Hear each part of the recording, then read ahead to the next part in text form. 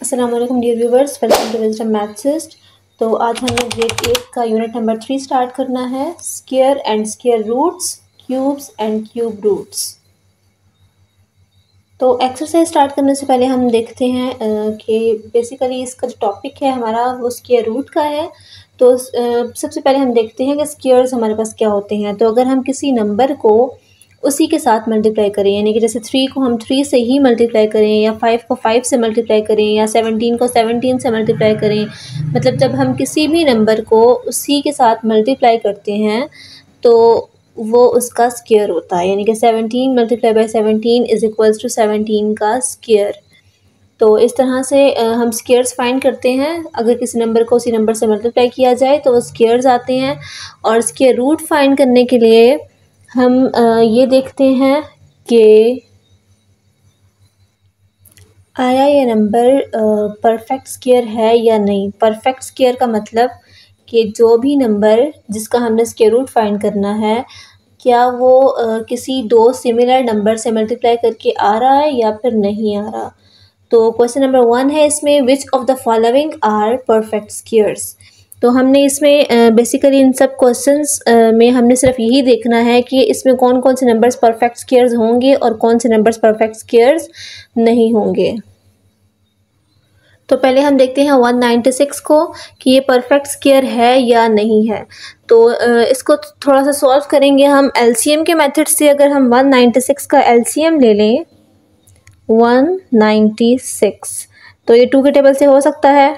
2 9s are 18 and 2 8s are 16, 2 4s are 8 and 2 9s are 18, 7 7s are 49 and then 7 1s are 7। तो यहाँ पे हमने 196 का जो है वो एलसीएम ले लिया, तो हमारे पास 2 भी 2 दफ़ा आ रहा है और 7 भी 2 दफ़ा आ रहा है। तो हम लिख सकते हैं 196 is equals to 2 multiply 2 multiply 7 multiply by 7। और अगर हम इसके पेयर्स बनाएं तो ये 2 2 दफ़ा जो है ये स्क्वायर बन जाएगा, यानी कि इसको हम कंबाइन जब करेंगे तो स्क्वायर के फॉर्म में लिखेंगे। इसी तरह जो 7 है ये भी हमारे पास स्क्वायर बन जाएगा। अब यहाँ पे हमारे पास जो दो नंबर्स थे दोनों के दोनों स्क्वायर्स बन गए हैं। इट मीन्स कि 196 हमारे पास परफेक्ट स्क्वायर है, क्योंकि ये दो सिमिलर नंबर्स को मल्टीप्लाई करके आंसर आ रहा है इसका 196। तो 196 is a perfect square. 196 is a perfect square.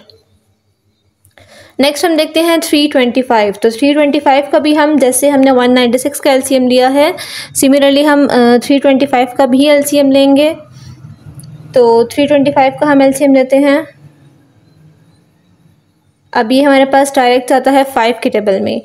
तो 5 6 are 30 and 5 5s are 25, 5 13s are 65 and then 13 1s are 13। अब अगर हम इसको लिखें फैक्टर्स की फॉर्म में तो 325 हमारे पास आएगा 5 मल्टीप्लाई 5 मल्टीप्लाई बाई 13। अब इसमें 5 हमारे पास 2 टाइम्स आ रहा है तो 5 का तो स्क्वायर हो जाएगा, लेकिन 13 हमारे पास सिर्फ एक ही दफ़ा आ रहा है। 13 का स्क्वायर पॉसिबल नहीं है। तो अगर हमारे पास कोई एक भी नंबर, इसका कोई एक भी फैक्टर इस तरह का आए जिसका स्क्वायर ना बन सके तो वो परफेक्ट स्क्वायर नहीं हो सकता। तो 325 is not a perfect square.